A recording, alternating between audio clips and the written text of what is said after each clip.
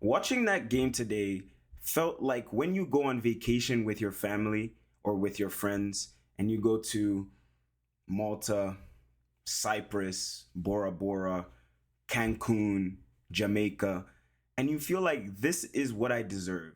This is the lifestyle that should be my daily lifestyle. And then you get back home and you realize that's not the lifestyle. I was just on vacation. That is what today's game felt like. If you're new to the channel, make sure you like, share, subscribe, share the video with those who you think would enjoy it, and let me know your comments down below. Let me know your thoughts on what you thought about today's game. Paris Saint-Germain advanced to their second Champions League final in their history. Ousmane Dembele and Luis Enrique's men overcome Mikel Arteta's Gunners as they make it to their first Champions League final with fans in the stadium. They come out 2-1 victors in the second leg, 3-1 victors overall, and as I predicted it, I thoroughly expected PSG to go through after winning the first leg.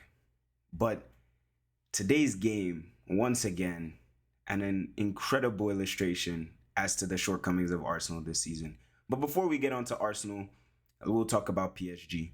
And I want to talk about PSG more in a broader sense because I feel as though they didn't even play that well today. I really don't think PSG played all that well today. I don't think you saw any of the real strengths that we've seen from PSG against Liverpool, against Aston Villa, even in parts of the group stages. I don't think you saw that in today's game.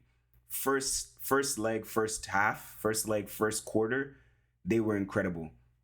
First 15, 20 minutes, controlled the game, created chances at will, terrorizing the defenders time after time after time. They can kill you with passes. They can kill you with moments. Luis Enrique has created an incredible side that is going to be a tough match for Inter Milan in the final. But in today's game, they really didn't have to get out of second gear. First 20 minutes of the game, Arsenal were heaping on pressure. Gabriel Martinelli was looking like 2022, 2023 Gabriel Martinelli, running it up on Hakimi. They were doing their set piece again, ole ole. Thomas Partey was throwing the ball into the box so many times, I genuinely could not keep count. And every single time it seemed like it was creating a chance for Arsenal. Their counter-pressing was really good. Martin Odegaard was a bit better. And they had a few chances. Donnarumma made a few key saves. The Odegaard chance, even that chance with Martinelli at the start of the game. They had a few chances, Arsenal. But you always felt like in those opening moments, if they don't take these chances, they are going to lose this game. Especially playing at the Parc des Princes. You need to go 1-0 up. You need to reinvigorate those nightmares of past years from PSG where they've fallen at the last hurdle. They failed in the Champions League time after time after time. You needed to do that. And as it's been throughout the season for Arsenal, they didn't take their chances when they had them. For me, just a pretty comfortable game from PSG. I don't really think there was even that much to really take from the game. Honestly speaking, if I'm being completely honest with you guys, I thought a few players were good for Arsenal. PSG, as I said, I don't really think they played well. The front three was really ineffective. Desiree Doué, 2 legs now. I've watched him against Arsenal. Didn't really do anything in either one. Barcola had a really poor game, in my opinion. Of course, they had a few good breaks, but I feel like PSG as a whole, as I said, didn't really have to get out of second gear. I don't even think they defended particularly well, to be very honest. I just think Arsenal just didn't have that cutting edge to really make a difference in the key moments. But of course, you can only be what's in front of you. And at the end of the day, I think by winning the first leg in London, where I think PSG played much, much better, they ultimately won the tie. I never saw a world in which Arsenal would go to Paris and beat PSG because I know PSG is going to score. So can Arsenal score 2 goals in Paris? Can Arsenal score 3 goals in Paris? No chance. But it's a very interesting game that I think really just came down to moments. The first goal, as we saw it, even the Kavicha hitting the post, that could have been 1-0.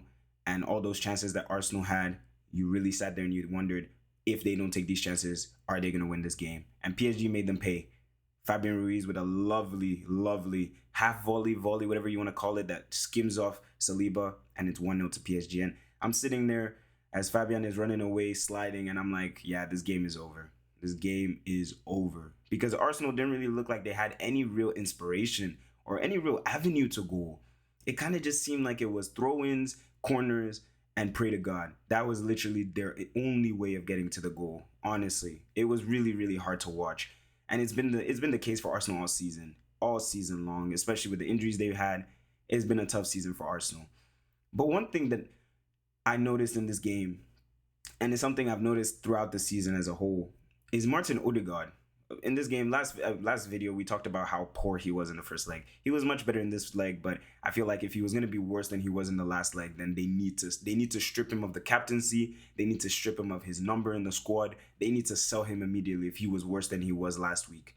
But this week he was better. He picked up the ball in better positions. He kind of drove with the ball a bit more. But I feel like this guy, I don't really know how to describe it, but I think I found the perfect way. He learned La Pausa. I don't know if you guys know what La Pausa is. It's essentially just the art of knowing when to slow the game down and when to quicken it up. And I'm pretty sure it originated in Spanish football, Barcelona to be exact. I might be wrong on that, but I'm pretty sure that's where it originated. It feels as though Martin Odegaard learned La Pausa at Real Madrid. That's the only way I can describe it. It feels like he was sold a knockoff version of La Pausa.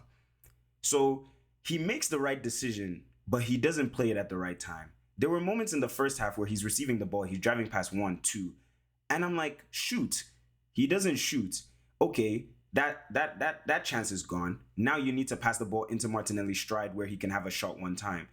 And instead of him playing it quick with assertiveness, he's still lingering on the ball.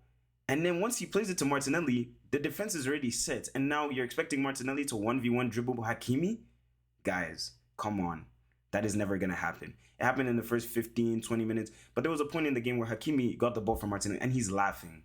He's laughing because he's like, this guy is not a good player. Like, come on. Like, this is easy. This is barbecue chicken.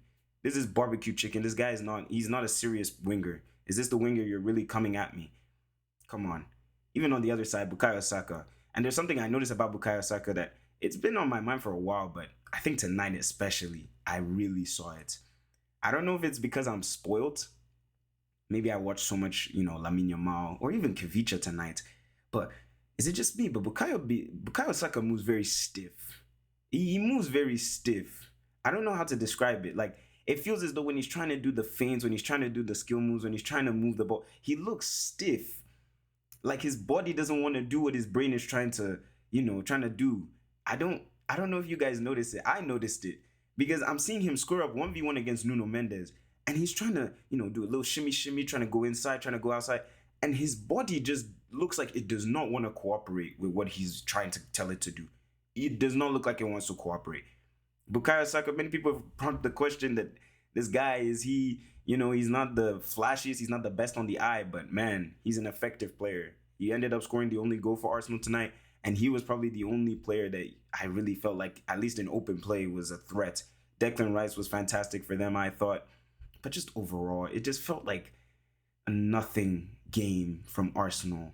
And it's the same way they fell out in the Champions League last season to Bayern Munich, where you could have given Arsenal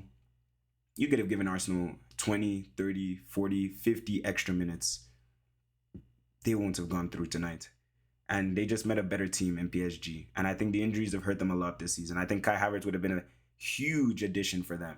Huge addition, not just his aerial threat, but also just being a striker, a presence in the box, and actually having a bit of striker's instincts, arriving into the box at the right times. But unfortunately, he's been injured for a long time. Injuries have hampered them all season, but I think just in general, you look at someone like Martinelli, this guy is not going to get you anywhere. He's not going to get you anywhere. You need to go and get a proper left winger. You can talk about the midfielders, Thomas Partey for that second goal. Let's not even jump ahead. Nevertheless, the game goes into halftime, and I'm feeling as though the game's gone. Second half comes out, and Arsenal continue the same way they're playing. PSG are breaking, and another player who I thought was really good for Arsenal was William Saliba. Incredible performance. Had a few sketchy moments, but I feel like he handled PSG's wide threats, very quick players in transition, very, very well. Fast player himself, is very, very strong. Basically nullified Desiree Doué throughout the game.